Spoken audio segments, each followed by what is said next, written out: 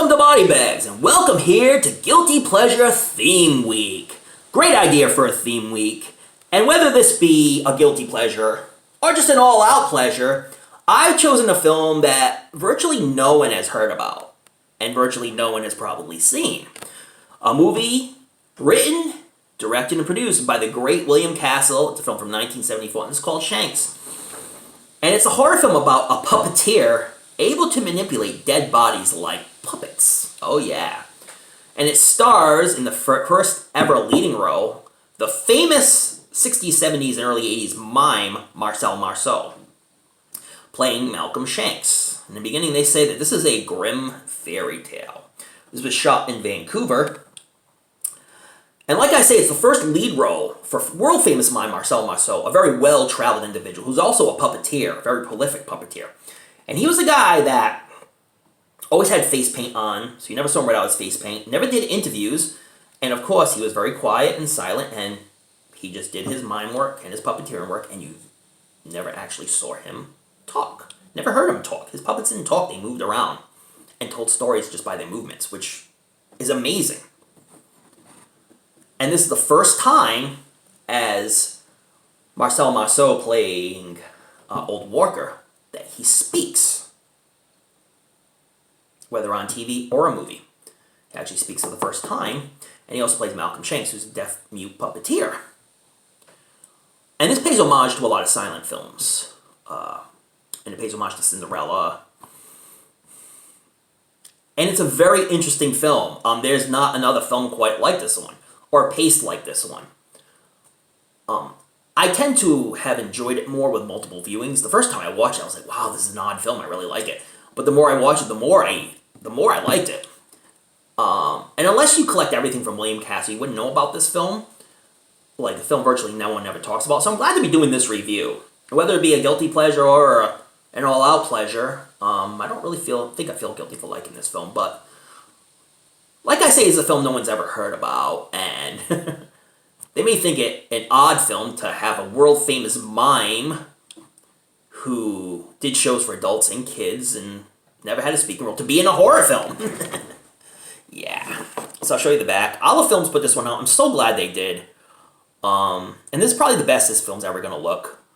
It's grainy in quite a few scenes, but it's still great to have. Because I don't think anybody else is going to put this one out, like I say. Beautiful artwork. And this pays homage to Marcel Marceau's puppeteering as well. So I'll give you a little synopsis of this film. Yeah. But first of all, welcome to Body Bags. I'm your Thursday reviewer, Chris from ChrisB Movies. You know my name is Chris. You know I love B-movies. Alright, so Malcolm Shanks. He's a deaf-mute puppeteer. The kids love him. He puts on puppet shows for the kids. The puppets never speak. They just do their movements. And through movements, he builds a story, which is so difficult to do, and he does it so well. And all the kids love and adore him. They're always around him, butting up with him. And Celia loves him, and they have such a great connection together, and it's such an amazing connection to behold. She really understands him. Of course, he can hardly communicate with him, but the way he does communicate, she gets him. And he gets her. She wants him to perform the puppet show at her big birthday bash. And so he promises he would do it, and he promises some big surprises. So every time he sees her, he's like, what's my big surprise? What's my big surprise? But he doesn't tell her until the actual birthday, when things go horribly bad. But you'll see if you ever watch this film. Now, his home life sucks. He lives with his evil stepsister. Get where I'm going here? Instead of evil stepmother for Cinderella, he lives with his evil stepsister. And her drunk husband, who's like drunk 24/7, drinks gin all day. Doesn't work, she doesn't work. But now you're asking, how do they have money? Well, Malcolm works. And his whole paycheck, he has to give to them. He can't keep anything to himself. They take his whole paycheck. And of course, the husband spends it on booze. And one day he tried to take $50 for himself, and they flipped out. They berated him. They called him names. And they wrecked his puppets. They took so long in creating. Now, his puppets are based on the people in the community, which makes it interesting. I just thought that was a nice little take. So now, his evil stepsister kind of scooped him up with a nice job where he'd be making $500 a week. working for the scientist, or Walker, who lives in this huge mansion. Parts of it are beautiful, the other parts are filled with cobwebs. And his whole motif as a scientist is to reanimate dead animals, dead amphibians, with a frog, a chicken. And basically when he reanimates them, he has this little machine where he controls them. They're kind of like puppet-like when they get reanimated. So he has a good deal. He really likes Old Walker. He spends a lot of time with Old Walker, but one day he shows up to work and Old Walker is dead. I mean, the guy is old. He looks like he's over 100 years old. And like I said, Old Walker is also played by Marcel Marceau. So, Malcolm has this idea.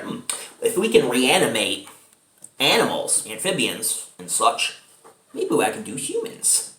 So, he reanimates Old Walker. And at first, he gets him to stand up and sit down. He gets him to walk around. He's dead, but the whole body and the nerves are reanimated, so he can walk around and basically gets to the point where he can control every movement. So it almost looks like he is still alive. And this predates the Weekend at Bernie's film, which I think Weekend at Bernie's, the producers of that might have seen this film and said, ooh. It actually stars Don Calfa, who is in Weekend at Bernie's, which is I find kind of amusing. So maybe Don Calfa had something to do with that idea. And so basically any dead body of any human, spoiler alert here, ready? Okay. Well, let's just say his evil stepsister and her husband, they kind of end up dead at one point. So he kind of reanimates their bodies as well. So he has it so down that he kind of reanimates them, kind of like the puppets. But instead, they're dead bodies walking around. And of course, they get old, they look zombie-like. They don't eat human flesh, okay? None of that stuff going on here. And so he reanimates them and he makes a little puppet show for little Celia with real live human puppets. And at first she gets totally freaked out, but then she kind of embraces it. And then he has a big birthday celebration at Old Walker's big mansion, where a lot of bikers get into the mix, and, well, a lot of bad things happen. More people end up dead. More goofiness ensues. More reanimation with dead bodies. And it's just a blast of a film. I gotta tell you. It's a blast of a film. Marcel Marceau is amazing in his performance. His performance is so friggin' good.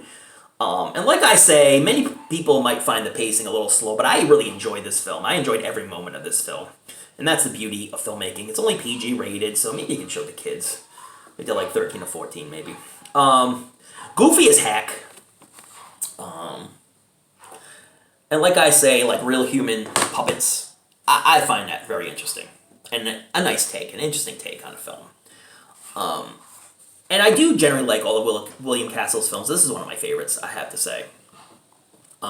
Very odd film, very strange film. But if you like odd and strange films, especially from 1974, you'll definitely enjoy this one. On a 10 rating, 10 being the highest, 1 being the worst, it's very cheesy.